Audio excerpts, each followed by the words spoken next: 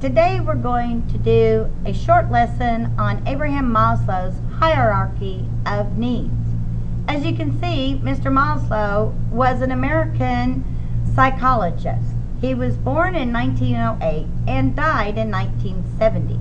He was also educated at Cornell University.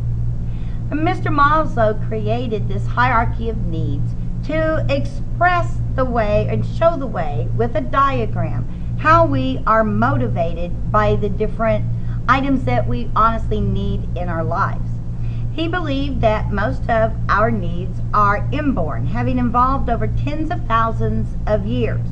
And this just begins to explain how we use these needs in order to motivate us.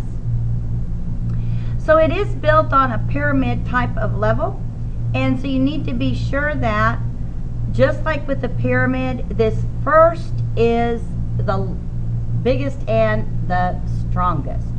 So the first need that he said is common to all men, women, and children are our physical needs. And these are our survival needs. So what do we need to survive?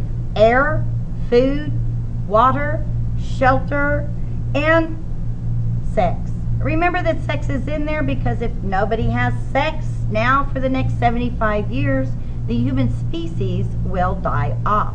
So this is most definitely a physical need.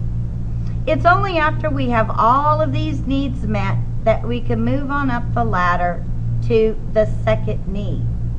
The second need that's common to everybody is safety. And this is very simply our need to feel protected. It can be protection from other people, from the elements. It means law and order, limits, security, stability. Any of these words we can use when we begin to talk about the idea of safety. How many of you lock your doors at night? Certainly you do, because we want to feel safe. The third level is social. And this has to do with our friends and our family, our need to belong. It doesn't matter whether it's a work group, a social group, whether you're playing bridge, whether you're playing golf, whether it's an educational group, the people that you eat lunch with. We are all a social group, and we're very much social creatures. So we need to feel like we belong. Moving to the fourth level is self-esteem. And this is our need to feel appreciated. And this is how we get it. When we're appreciated, we also can achieve achievements. Okay, it gives us the self-concept that we're good and that we can do things.